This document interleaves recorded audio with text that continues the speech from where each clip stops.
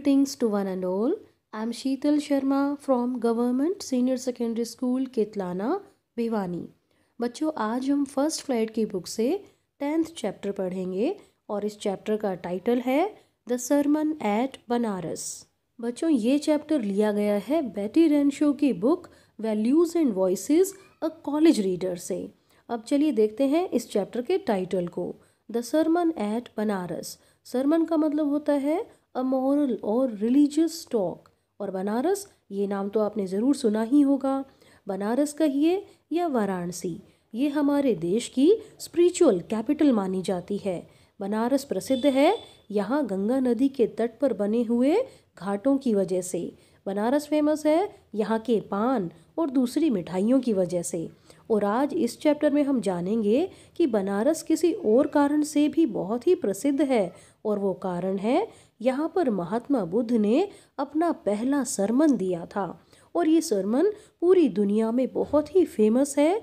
इस सरमन को पढ़कर जानकर हम ये समझ सकते हैं कि हम अपने दुखों का, सफरिंग्स का सामना कैसे करें, दुखों से ऊपर कैसे उठा जाए, और इन दुखों को भूलकर इनका सामना करके हम कैसे एक हिम्मत से, ब्रेवरी से अपनी ज़िंदगी को जी सकते हैं।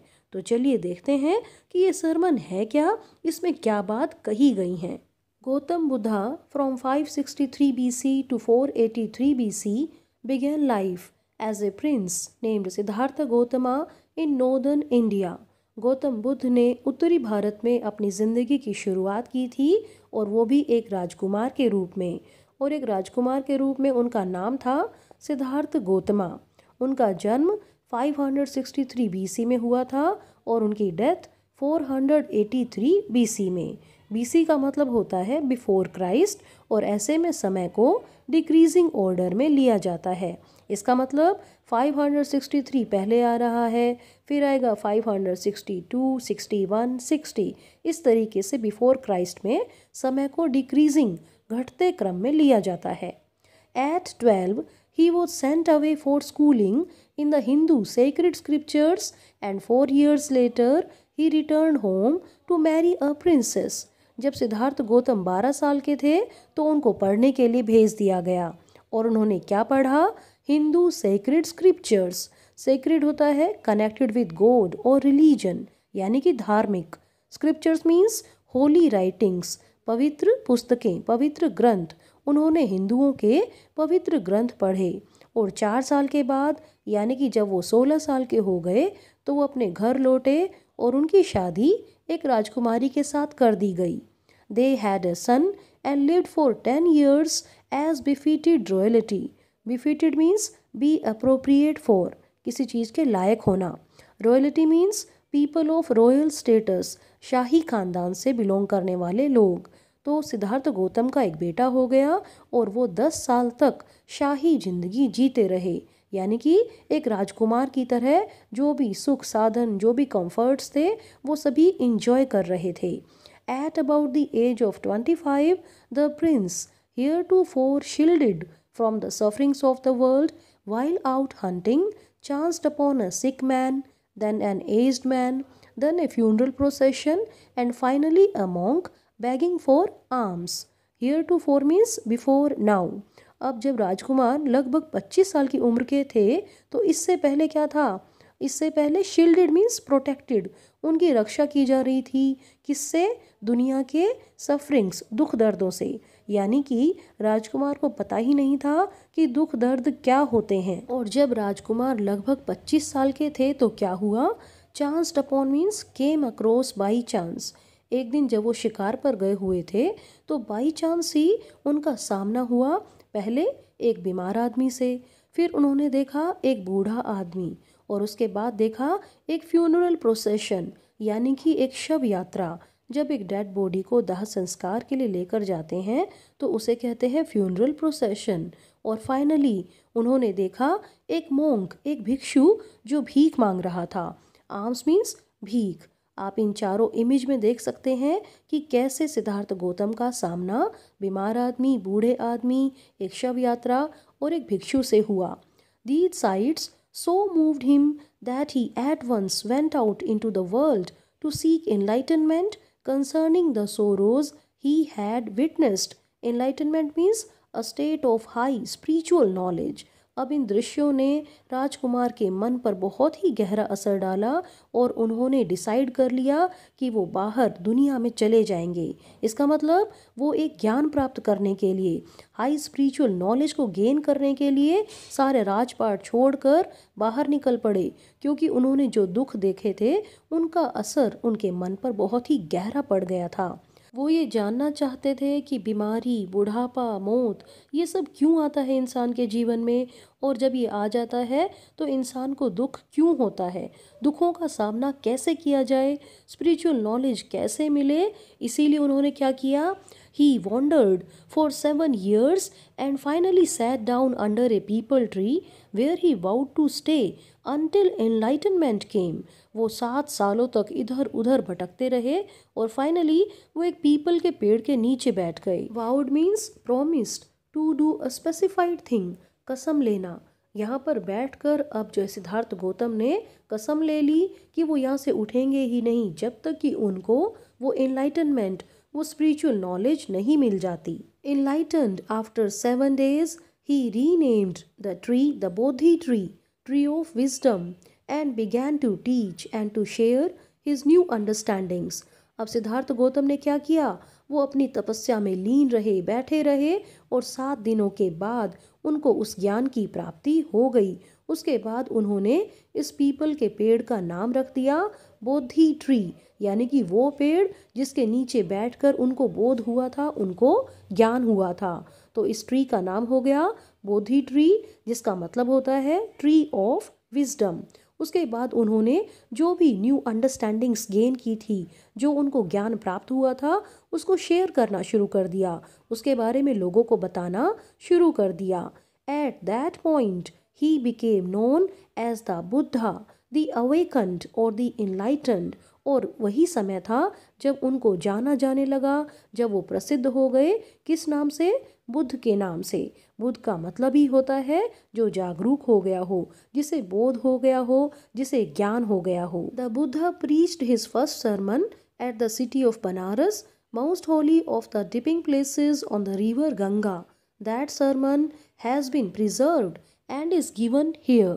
महात्मा बुद्ध ने अपना पहला सरमन, पहला उपदेश दिया बनारस शहर में, जो कि गंगा नदी के तट पर बने हुए डिपिंग प्लेसेस यानी कि बेदिंग प्लेसेस यानी कि स्नान घाट में से सबसे ज़्यादा होली, सबसे ज़्यादा पवित्र माना जाता है। उस सरमन को, उस उपदेश को आज भी संभाल कर रखा गया है और यहाँ पर दिया गया है। यानी कि इस चैप्टर में अब आगे हम पढ़ने वाले हैं महात्मा बुद्ध ने जो सरमन बनारस शहर में दिया था। It reflects the Buddha's wisdom about one inscrutable kind of suffering. Inscrutable means something which cannot be understood. कुछ ऐसा दर्द जिसको समझा ही नहीं जा सकता। पहला सरमन रिफ्लेक्ट करता है, पहला उपदेश दिखाता है महात्मा बुद्ध की उस ज्ञान को, उस विजडम को जो कि इंसान की सफरिंग के बारे में है, और वो भी कैसी सफरिंग, कैसा दुख दर्द जिसको समझना बहुत ही मुश्किल होता है।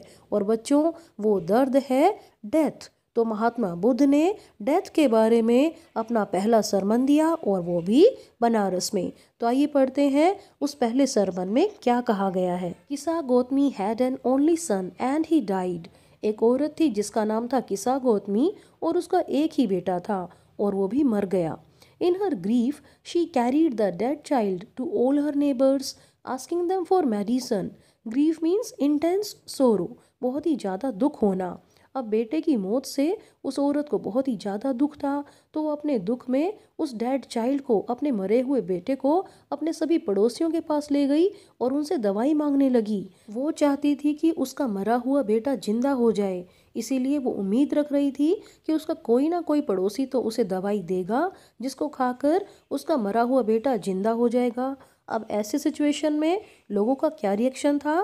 The people said she has lost her senses, the boy is dead. लोगों ने कहा, अरे ये औरत तो पागल हो गई है, इसका बेटा मर चुका है। पड़ोसियों से कोई हेल्प ना मिलने के बाद किसा गौतमी इधर उधर भटकती रही। At length Kisa Gotami met a man who replied to her request. Replied means answered. Request means उसकी प्रार्थना।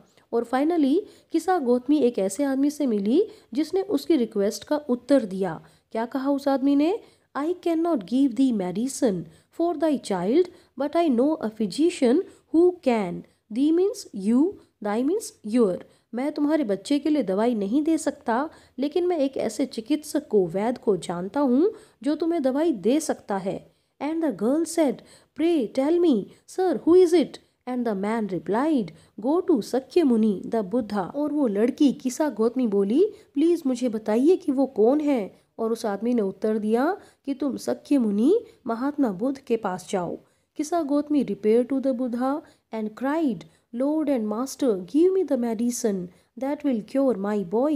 Repaired means went. किसा गौतमी महात्मा बुद्ध के पास गई और वहाँ पर जाकर रोने लगी, चिल्लाने लगी। और उसने क्या कहा कि ओ लॉर्ड, ओ मास्टर, मेरे भगवान, मेरे मालिक, मुझे वो दवाई दे दो जिससे मेरा बेटा ठीक हो जाए। The Buddha answered, I want a handful of mustard seed. Handful means मुट्ठी भर, मस्टर्ड सीड मीन्स सरसों के दाने या राई के दाने। बुद्ध ने कहा कि मुझे एक मुट्ठी सरसों के बीज लाकर दे दो। And when the girl in her joy promised to procure it. Promise means वादा किया, प्रोक्योर मीन्स ऑब्टेन, गेट, प्राप्त करना। उस लड़की ने सोचा कि एक मुट्ठी मस्टर्ड सीड लाना तो कोई मुश्किल बात नहीं है। उसने खुशी खुशी में महात्मा बुद्ध को प्रॉमिस कर दिया कि हाँ वो ये ले आएगी। लेकिन तभी क्या हुआ? The Buddha added, the mustard seed must be taken from a house where no one has lost a child, husband, parent or friend. Mustard seed ऐसे घर से लाने हैं जहाँ पर कभी भी किसी ने कोई बच्चा, अपना पति, अपने माता पिता या दोस्त को ना खोया हो। यानी कि एक ऐसा घर जहाँ पर कभी कोई मौत हो ही ना हो। तो इस तरीके से महात्मा बुद्ध ने एक अजीब सी कंडीशन मस्टर्ड सीड लाने पर लगा दी थी। आगे देखते हैं क्या होता है। Poor Kisa Gotami now went from house to house and the people pitied her and said, here is mustard seed, take it. Pitied means felt sorry for her. बेचारी किसा गौतमी एक घर से दूसरे घर में गई और लोग उस पर बहुत ही दया दिखा रहे थे, उसके प्रति बहुत सहानुभूति महसूस कर रहे थे। लोगों ने कहा कि हाँ मस्टर्ड सीड है, ले लो। But when she asked, did a son or daughter, a father or mother die in your family? लेकिन जब उसने पूछा कि क्या तुम्हारे परिवार में कोई बेटा या बेटी, फादर या मदर कोई मरा है, they answered her, alas the living are few but the dead are many. लोगों ने उत्तर दिया कि अरे बड़े दुख की बात है, जीवित व्यक्ति तो बहुत कम है लेकिन मरोहों की संख्या ज़्यादा है। Do not remind us of our deepest grief, हमें हमारा इतना गहरा दुख याद मत दिलाओ। And there was no house, but some beloved one had died in it. Beloved means a much loved person, बहुत ही प्रिय होना, डियर होना।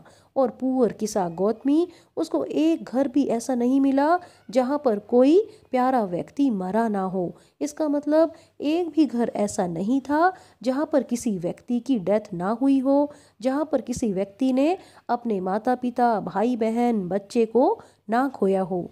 Kisa Gotmi became weary and hopeless and sat down at the wayside, watching the lights of the city as they flickered up and were extinguished again. Weary means थके हुए होना, tired. Flicker means to shine in an unsteady way. Extinguished means to cause a fire or light to cease to burn or shine. अब किसा गौतमी बहुत ही ज़्यादा थक गई थी, निराश हो गई थी, इसीलिए वो सड़क के किनारे बैठ गई और शहर की लाइट्स को देखने लगी। अब ये शहर की लाइट क्या कर रही थी? Flickered up and were extinguished again.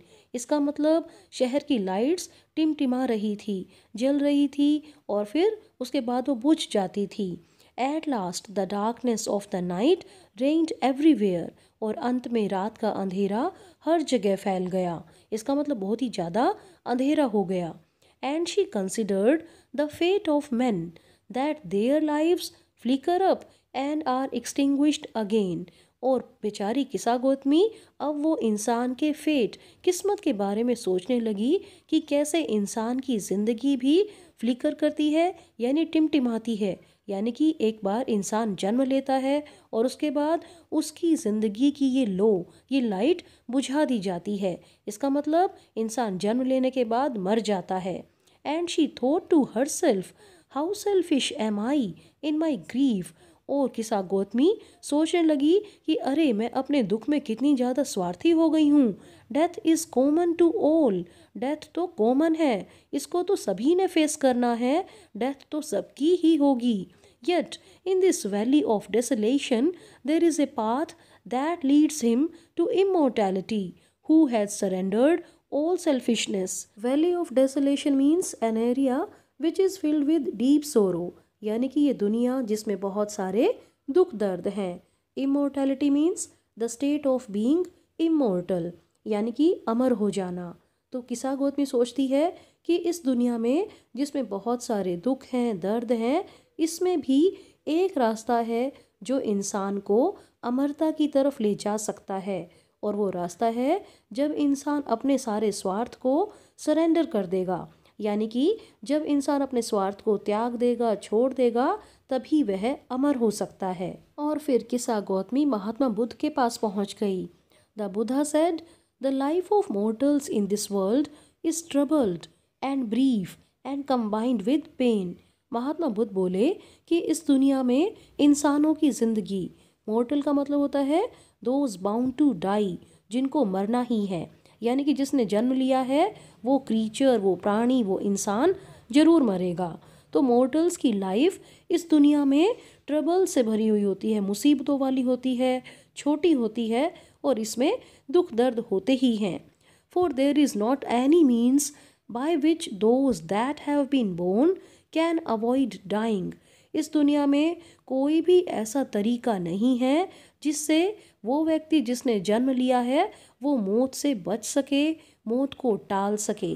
जैसा कि आप इमेज में भी देख रहे हैं बच्चों, कि इंसान एक छोटे बच्चे के रूप में जन्म लेता है, फिर वो धीरे धीरे बड़ा होता जाता है और फाइनली वो अपनी ओल्ड एज में पहुंच जाता है। और ओल्ड एज के बाद डेथ, यही इंसान का एक डेस्टिनेशन होता है। इसीलिए बुद्ध कहते हैं, after reaching old age there is death of such a nature are living beings. बुढ़ापे में पहुंचने के बाद इंसान की मौत हो जाती है और बस सभी लिविंग बींग्स का यही नेचर, यही प्रकृति होती है। As ripe fruits are early in danger of falling, so mortals when born are always in danger of death. अब वो एग्जाम्पल देते हैं कि जैसे पके हुए फल, उनका ज़्यादा खतरा होता है कि वो जल्दी गिरेंगे। ज़्यादा पके हुए का मतलब जब इंसान अपनी एक मैच्योरिटी वाली एज में, ओल्ड एज में पहुंच जाता है, तो ऐसे ही इंसानों का भी एक खतरा होता है कि जब वो पैदा हुए हैं तो उनको मरना है ही। महात्मा बुद्ध एक और एग्जाम्पल देते हुए कहते हैं, as all earthen vessels made by the potter end in being broken, so is the life of mortals. Earthen vessels means मिट्टी के बर्तन, पोटर मीन्स कुम्हार। जैसे एक कुम्हार के द्वारा बनाए गए मिट्टी के सभी बर्तन एक ना एक दिन टूटते ही हैं, उसी तरीके की जिंदगी होती है सभी मोर्टल्स की, सभी नश्वर प्राणियों की।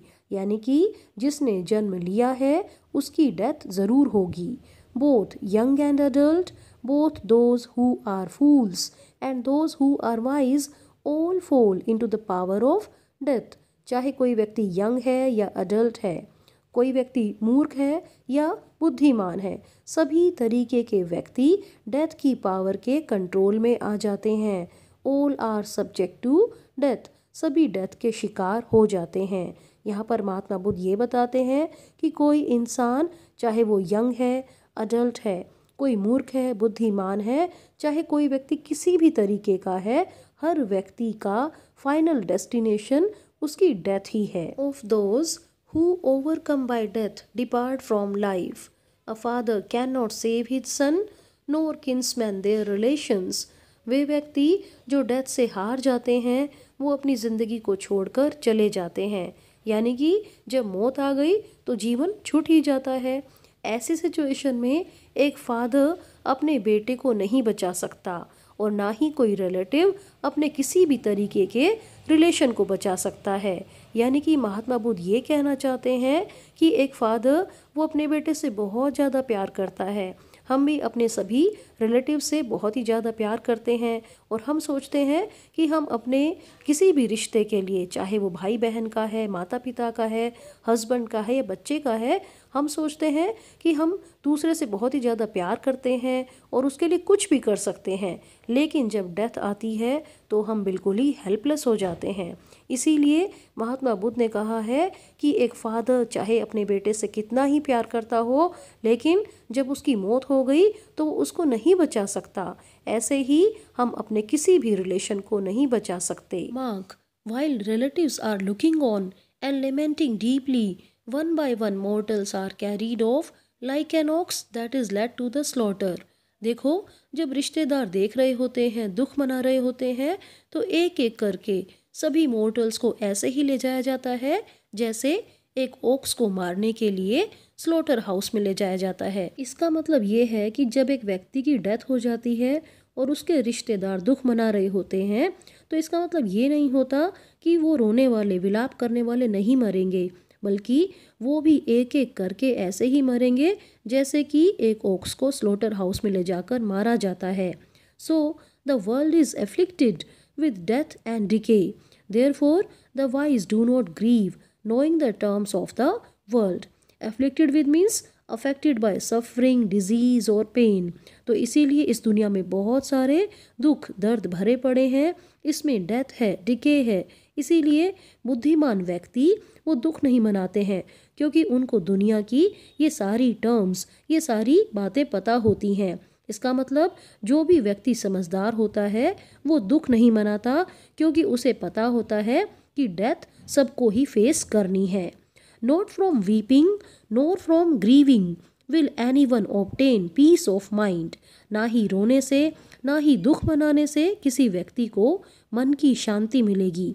On the contrary, his pain will be the greater and his body will suffer. On the contrary means इसके विपरीत, यानी कि जो भी व्यक्ति दुख मनाएगा उसे मन की शांति नहीं मिलेगी, बल्कि उसका दुख और भी ज़्यादा बढ़ता जाएगा, उसके शरीर को भी कष्ट होगा।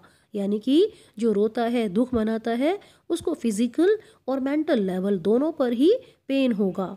He will make himself sick and pale, yet the dead are not saved by his lamentation. वो अपने आप को रो रो के बीमार कर लेगा, लेकिन उसके दुख मनाने से, रोने से मरा हुआ व्यक्ति तो वापस नहीं आएगा, उसको तो नहीं बचाया जा सकता। He who seeks peace should draw out the arrow of lamentation and complaint and grief. वो व्यक्ति जो शांति चाहता है उसे अपने मन से दुख दर्द का, विलाप का, शिकायत का और ग्रीफ का, दुख का वो तीर अपने मन से निकालना होगा। यानी कि उसको अपने मन में कोई भी दुख, विलाप, शिकायत नहीं रखना होगा, तभी वो अपने मन की शांति को पा सकता है। He who has drawn out the arrow and has become composed will obtain peace of mind. Composed means calm. वो व्यक्ति जिसने अपने दिल से दुख दर्द के तीर को निकाल लिया है और जो बिल्कुल शांत बन चुका है, उसे ही मानसिक शांति प्राप्त होगी। He who has overcome all sorrow will become free from sorrow and be blessed. वो व्यक्ति जिसने दुखों पर काबू पा लिया, दुखों को कंट्रोल कर लिया, वही व्यक्ति दुख से फ्री हो सकता है और उसे ही भगवान का आशीर्वाद मिल सकता है। And with this great message the text of the chapter comes to an and.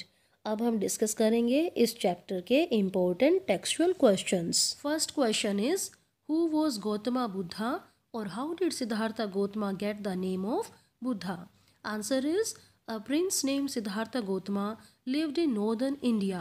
एक राजकुमार जिसका नाम सिद्धार्थ गौतम था, वो नॉर्दर्न इंडिया में रहता था।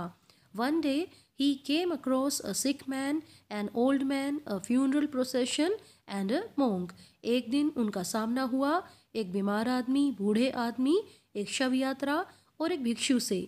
These sights moved him very deeply. He left home in search of spiritual knowledge. In sites का राजकुमार के दिल पर बहुत गहरा असर हुआ और वो आत्मिक ज्ञान को प्राप्त करने के लिए अपना घर छोड़कर बाहर चले गए। He wandered for 7 years and got enlightenment. 7 सालों के बाद उनको वो ज्ञान की प्राप्ति हो गई। Then he came to be known as Gautama Buddha. और उसके बाद जब उन्होंने अपने ज्ञान का प्रचार करना शुरू किया तो उनको गौतम बुद्ध के नाम से जाना जाने लगा। Next question is, when her son dies, Kisa Gotmi goes from house to house. What does she ask for? Does she get it? Why not? जब किसा गौतमी का बेटा मर जाता है तो वो दर दर भटकती है, एक घर से दूसरे घर में जाती है। उसे क्या चीज़ चाहिए? क्या उसे वो चीज़ मिल जाती है? और अगर नहीं तो क्यों नहीं? Answer is, Kisa Gotami goes from house to house. She asks for a medicine to make her dead son alive. Kisa Gotami एक घर से दूसरे घर में जाती है। उसे एक ऐसी दवाई चाहिए जिससे उसका मरा हुआ बेटा जिंदा हो जाए, इसीलिए वो अपने सब पड़ोसियों से वो दवाई मांगती है। But she does not get it because no medicine can bring a dead man back to life. Kisa Gotami को ऐसी कोई भी दवाई नहीं मिल पाती है क्योंकि कोई भी दवाई मरे हुए आदमी को जिंदा नहीं कर सकती है। Let's move forward. Next question is, Kisa Gotmi again goes from house to house after she speaks with the Buddha. What does she ask for the second time around? Does she get it? Why not? किसा गौतमी महात्मा बुद्ध से बात करने के बाद दोबारा घर घर जाती है। इस बार वो लोगों से क्या मांगती है? क्या उसको वो चीज़ मिल जाती है? अगर नहीं तो क्यों नहीं? Answer is, Kisa Gotami goes from house to house again. This time she asks for mustard seed. इस बार वो लोगों से मस्टर्ड सीड मांगती है, राई के दाने। But she does not get it because there is no house where no one has lost a child, husband, parent और फ्रेंड। लेकिन उसको ये मस्टर्ड सीड नहीं मिल पाते हैं क्योंकि उसे कोई भी एक ऐसा घर नहीं मिलता जहाँ पर कभी किसी ने अपने बच्चे, पति, माता या पिता या दोस्त को ना खोया हो, क्योंकि ऐसा घर मिलना तो सचमुच ही बहुत मुश्किल होता है। चलिए नेक्स्ट क्वेश्चन डिस्कस करते हैं। And the question is, what does Kisa Gautami understand the second time that she fail to understand the first time. Kisa Gautami जब दोबारा से घर घर गई तो उसने क्या बात समझी जो कि वो पहली बार में नहीं समझ पाई थी। Why do you think she understood this only the second time. आपको ऐसा क्यों लगता है कि उसको सारी बातें दूसरी बार में समझ आई। Was this what the Buddha wanted her to understand. और क्या ये वही बातें थी जो महात्मा बुद्ध उसको समझाना चाहते थे। और how did Kisa Gotami come to realize the fact that death is the common end of life. Kisa Gotami को कैसे ये बात महसूस हुई, ये सच्चाई उन्होंने एक्सेप्ट की कि मृत्यु ही, मौत ही सभी इंसानों की ज़िंदगी का कॉमन एंड होती है। Answer is, Buddha wanted Kisa Gotmi to understand that death is the final reality of human life. Mahatma Buddha चाहते थे कि किसा गौतमी को ये बात समझ में आ जाए कि मौत ही इंसान की जिंदगी की अल्टीमेट ट्रूथ होती है, सच्चाई होती है। She understood it when she found that there was no house where no one had lost his dear ones. और उसको ये बात कब समझ में आई? जब उसने ये देखा कि एक भी घर ऐसा नहीं था जहाँ पर किसी व्यक्ति ने अपने प्रियजन को ना खोया हो। Finally she accepted the death of her son. और फाइनली उसने स्वीकार कर ही लिया अपने बेटे की मौत को। Next question is, what does Gautama Buddha say about the life and death of human beings. Gautam Buddha इंसानों की लाइफ और डेथ के बारे में क्या कहते हैं। Answer is, Gautama Buddha says that the life of human beings in this world is troubled, brief and combined with pain. इंसानों की ज़िंदगी में बहुत सारी प्रॉब्लम्स होती हैं, ये छोटी होती है, इसमें दुख दर्द होते हैं। No one can escape death by any means. और कोई भी व्यक्ति किसी भी तरीके से डेथ से बच ही नहीं सकता है। Next question is, can a person get peace of mind by weeping और ग्रीविंग। क्या एक व्यक्ति को मानसिक शांति मिल सकती है रोने से, दुख मनाने से? Answer is no, nobody can get peace of mind by weeping और ग्रीविंग। नहीं, किसी भी व्यक्ति को मन की शांति नहीं मिल सकती है रोने से, विलाप करने से, दुख मनाने से। Rather he will make himself sick and pale. बल्कि ऐसा करने से वो व्यक्ति बीमार हो जाएगा। His pain will be greater by weeping. रोने से उसका दर्द और ज़्यादा बढ़ जाएगा। And now comes the last question, where did Buddha preach his first sermon. Mahatma Buddha ने अपना पहला सरमन कहाँ पर दिया था? Answer is Buddha preached his first sermon at Banaras. उन्होंने अपना पहला सरमन बनारस में दिया था। It is the most Holi of the bathing places on the river Ganges. और ये गंगा नदी के तट पर बने हुए सबसे पवित्र घाटों में से एक घाट कहलाता है। तो बच्चों, आप समझ ही गए होंगे कि महात्मा बुद्ध का ये पहला सरमन, पहला उपदेश हम सब के लिए कितना ज़्यादा वैल्यूएबल है। इससे हमें अपनी ज़िंदगी की एक कड़वी सच्चाई के बारे में पता चलता है, और वो सच्चाई है death is common to all. And here our discussion comes to an end. I hope you have enjoyed the video. Thank you very much for watching it.